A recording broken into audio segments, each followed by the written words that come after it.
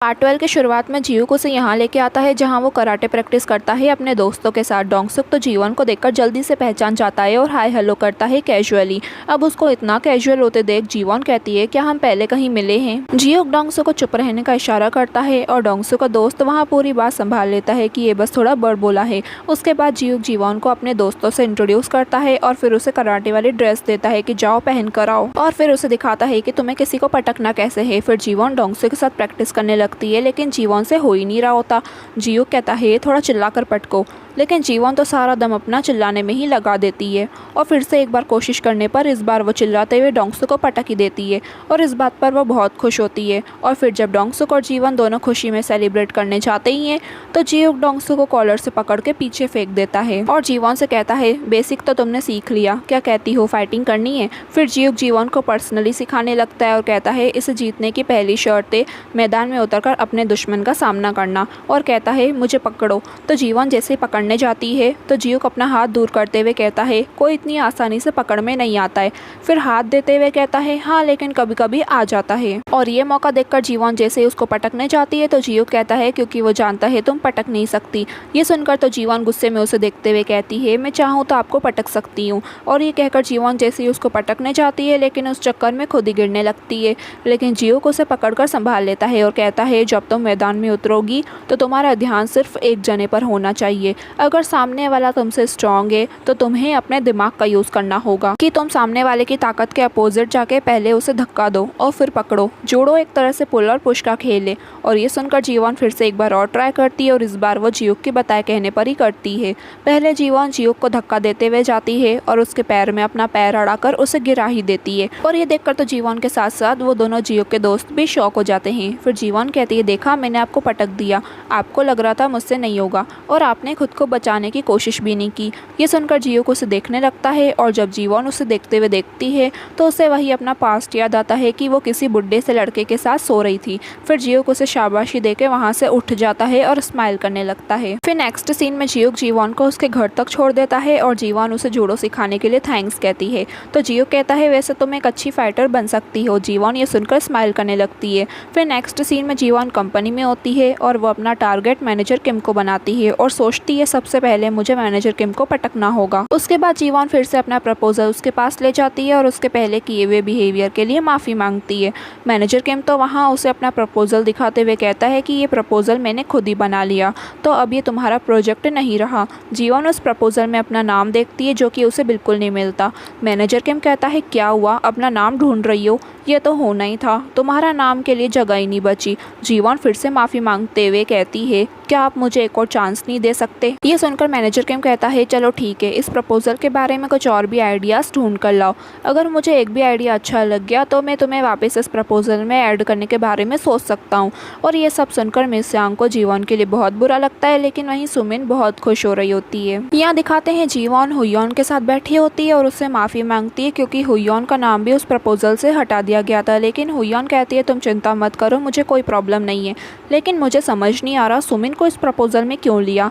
मुझे लग रहा है ये सब लोग पहले से ही तुम्हें हटाने की प्लानिंग कर रहे थे। फिर जीवन कहती है तुम ये सब छोड़ो, ये पेस्ट्रीज ट्राई करो। और जैसे ही हुयॉन ये केक ट्राई करती है तो उसे बहुत अच्छा लगता है और पूछती है तुम ये कहाँ से लाई हो। जीवन बताती है दरअसल ये मेरे दोस्त ही उन्होंने भेजा है, उसका एक रेस्टोरेंट है। और इतने में उसका फ़ोन भी आ जाता है और वो पूछता है तुम्हें कपकेक कैसे लगे। तो जीवन और हुयॉन दोनों उसके केक की तारीफ करते हैं। यूनहो कहता है थैंक यू, ये केक मैंने बनाए थे। ये सुनकर जीवन कहती है तुम बेकिंग भी करते हो। यूनहो कहता है पर मैं कुछ खास लोगों के लिए ही बेकिंग करता हूँ, एंजॉय करो। इसके बाद जीवन थैंक यू कहकर कॉल कट कर देती है। तो वहीं हुयॉन पूछती है कहीं ये लड़का तुम्हें पसंद तो नहीं। जीवन कहती है नहीं तो, तुम्हें तो पता है मेरा पहले से ही एक बॉयफ्रेंड है। हुयॉन कहती है अरे हाँ मैं भूल गई थी, पर इतना ज़रूर कह सकती हूँ तुम्हारा ये दोस्त तुम्हें बहुत पसंद करता है। यहाँ दिखाते हैं मिस यांग सुमिन के साथ बातें करते हुए जा रही होती है और सुमिन उनको भी अपनी स्वीट स्वीट बातों में ले रही होती है। सुमिन यहाँ जीवन की तारीफ भी करती है और इनडायरेक्टली बुराई भी करती है और कहती है जीवन इंटेलिजेंट और स्मार्ट तो है, लेकिन वो कभी कभी काम को लेकर लापरवाह हो जाती है।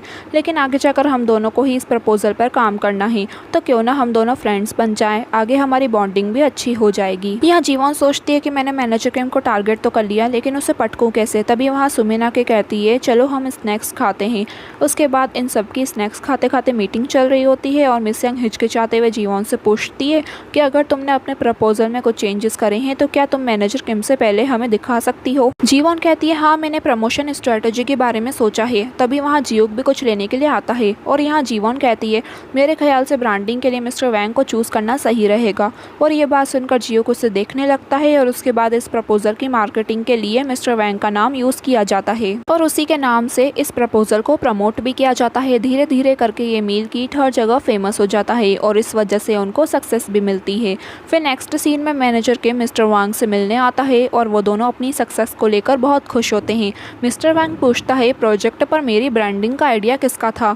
यह सुनकर मैनेजर किम याद करता है कि आइडिया जीवॉन का था और जीवॉन ने कहा था ब्रांडिंग के लिए मिस्टर वांग सही रहेंगे क्योंकि वो मार्केटिंग में बहुत अच्छे भी हैं और बहुत फेमस भी हैं और तो और वो सेलिब्रिटी से ज़्यादा ट्रस्टवर्थी भी हैं। लेकिन यहाँ मैनेजर किम झूठ बोल देता है कि ये मेरा आइडिया था और सारा क्रेडिट खुद ले लेता है। फिर मिस्टर वैंग बताता है कि इस बिजनेस को एक्सपांड करने के लिए मैं कल देश से बाहर जा रहा हूँ और तुम इसी तरह काम करते रहो। अगर आगे जाके मैं यूएन के कंपनी का सीईओ बन जाता हूँ तो मैं तुम्हें बहुत सपोर्ट करूँगा और मैं कल की बिजनेस ट्रिप के लिए निकल रहा हूँ, तो तुम सब मेरे पीछे संभाल लेना। और यहाँ जीवॉन को दिखाते हैं जो कब से इसी वक्त का इंतजार कर रही थी कि मिस्टर वैंग कल बिजनेस ट्रिप के लिए जाएं और स्कैंडल में फंस जाएं। और जब ये सब सोच ही रही होती है तो वहाँ मिनवान सुमिन के साथ आ जाता है। सुमिन कहती है तुम रोज़ ही बहुत मेहनत करती हो, कितना टाइम हो गया है हमें साथ में खाने का मौका नहीं मिला, इसलिए मैं तुम्हारे लिए स्पेशल चिकन लाई हूँ। फिर मिनवान और सुमिन दोनों जीवॉन के साथ बैठ जाते हैं और सुमिन कहती है देखना तुम्हारी मेहनत एक दिन जरूर रंग लाएगी। उसका कहने का मतलब था कि मेहनत जीवॉन करेगी और फल मैं लूंगी। जीवॉन भी सुमिन का मतलब समझ जाती है और कहती है आजकल इसका उल्टा चाहती हूँ मैं,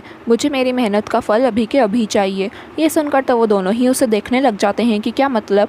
फिर सोचते हैं ये तो कुछ भी बोलती है और खाने पर ध्यान देते हैं। जीवॉन ये देख कहती है ये चिकन तो तुम्हारा फेवरेट है। फिर कहती है मुझे माफ़ करना, मैं तुम दोनों के साथ यहाँ बैठकर खा नहीं सकती क्योंकि मुझे काम है और वैसे भी मैं चिकन रात को खाना पसंद करती हूँ। तुम दोनों यहाँ आराम से बैठकर खाओ। और मीटिंग का बहाना देकर जीवॉन वहाँ से निकल लेती है। फिर नेक्स्ट डे मिस्टर वांग फ्लाइट में होता है और तभी जीवॉन उसे कॉल करके कहती है हेलो मिस्टर वांग, क्या आपने मुझे पहचाना? हम नो टीवी शोकेस पर मिले थे, मैं असिस्टेंट मैनेजर का हूँ जीवॉन। मिस्टर वांग कहता है क्या काम है और तुम्हारे पास मेरा नंबर कैसे आया? जीवॉन कहती है देखिए आप भी जानते हैं जिस मील किट प्रपोजल पर आप काम कर रहे हैं वो मेरा है। मैं कंप्लेन फाइल करूंगी कि किस तरह मुझे मेरे ही प्रोजेक्ट से निकाल दिया गया। ये सुनकर मिस्टर वैंग उसका कॉल कट कर देता है और यहाँ जीवॉन कहती है काम हो गया। फिर यहाँ मिस्टर वैंग गुस्से में बेवजह फ्लाइट के स्टाफ पर अपनी दादागिरी करना शुरू कर देता है और जब स्टाफ मेंबर उसे हैंडल नहीं कर पाती तो वो अपने सीनियर को बुलाती है, लेकिन मिस्टर वांग तो उसे बेसॉल्ट करने लगता है। अब वहाँ सब पैसेंजर उसे बहुत तंग हो जाते हैं और उनमें से एक तो उसकी पूरी वीडियो बनाने लगता है और मिस्टर वैंग को इस बात की कोई खबर नहीं होती। यहाँ मिस्टर वैंग मैनेजर किम को कॉल करके चिल्लाते हुए कहता है कि मेरे पास अभी जीवॉन नाम की लड़की का कॉल आया प्रपोजल को लेकर और उसने बताया कि प्रोजेक्ट उसका है, उसका कुछ करो तुम और उसे उसकी औकात दिखाओ और चाहो तो उसका करियर खत्म कर दो। लेकिन होता कुछ यूँ है कि उसका करियर ही खत्म हो जाता है क्योंकि कोई उसकी इस वीडियो को सोशल मीडिया पे पोस्ट कर देता है और बहुत कम टाइम में ये वीडियो हर जगह वायरल हो जाती है और वो पुलिस से अरेस्ट भी हो जाता है और उसका ये स्कैंडल बन जाता है कि किस तरह एक बड़ी कंपनी का डायरेक्टर फ्लाइट स्टाफ मेंबर को असॉल्ट कर रहा था और तो और जिस प्रपोजल पर वो काम कर रहा था वो प्रपोजल किसी एम्प्लॉय का चुराया हुआ था और उस एम्प्लॉय को बुली भी किया गया। और इस वीडियो के वायरल होने की वजह से लोग कंपनी के प्रोडक्ट को बैन करने का बोल रहे होते हैं। लोगों की ये डिमांड होती है कि कंपनी जैसे ही मिस्टर वैंग को निकाल कर फेंकेगी तभी वो लोग कंपनी के प्रोडक्ट को बैन करने की बात नहीं कहेंगे और कंपनी अपने फायदे के लिए मिस्टर वैंग को डिसमिस कर ही देती है। यहाँ जीवॉन को दिखाते हैं जो ये न्यूज़ देखकर बहुत ही खुश हो रही होती है क्योंकि उसने इन द एंड सामने वाले अपोनेंट को पटक ही दिया था। फिर जीवॉन बीटीएस का म्यूजिक सुनने लगती है, तभी वहाँ जियूक आ जाता है जिसे देखकर जीवॉन एकदम से डर जाती है। जियूक कहता है मैं तुम्हें यहाँ ये बताने आया था कि कंपनी ने मिस्टर वैंग को निकाल दिया है और तुम्हारा प्रपोजल चुराने के लिए डिसिप्लिन कमेटी चल रही है, मैनेजर किम से भी बात करेगी। जीवॉन तो बहुत खुश होती है ये न्यूज़ सुनकर। फिर जियोक वहाँ से जाने लगता है तो जीवॉन उसे रुकने को कहती है। इस चक्कर में उसका मोबाइल नीचे गिर जाता है और फिर दोनों ही उस मोबाइल को उठाने लगते हैं तो एक दूसरे को देखने लग जाते हैं। फिर जियोक कहता है तुम बीटीएस का सॉन्ग सुन रही हो, मुझे भी वो बहुत पसंद है। जीवॉन कहती है फिलहाल तो मुझे डायनामाइट सुनने का बहुत मन कर रहा है। जियोक कहता है डायनामाइट तो बेस्ट है और स्प्रिंग डे तो मेरा फेवरेट है। ये सुनकर जीवॉन कहती है ओ ये तो मेरा भी फेवरेट है, लेकिन डायनामाइट सॉन्ग 2020 का होता है और स्प्रिंग डे 2017 साल का। और ये सोचकर जीवॉन हिरान शॉक होती है कि जियो को इन सॉन्ग्स के बारे में कैसे पता, क्योंकि वो दोनों तो अभी 2013 का टाइम में जी रहे हैं और ये सॉन्ग तो अभी बने ही नहीं है। फिर जियो को भी रियलाइज़ होता है और वो पूछता है क्या तुमने अभी डायनामाइट कहा, और ये दोनों बस एक दूसरे को हैरानी से देखे जा रहे होते हैं और इस मोमेंट पर ये पार्ट पूरा होता है गाइस।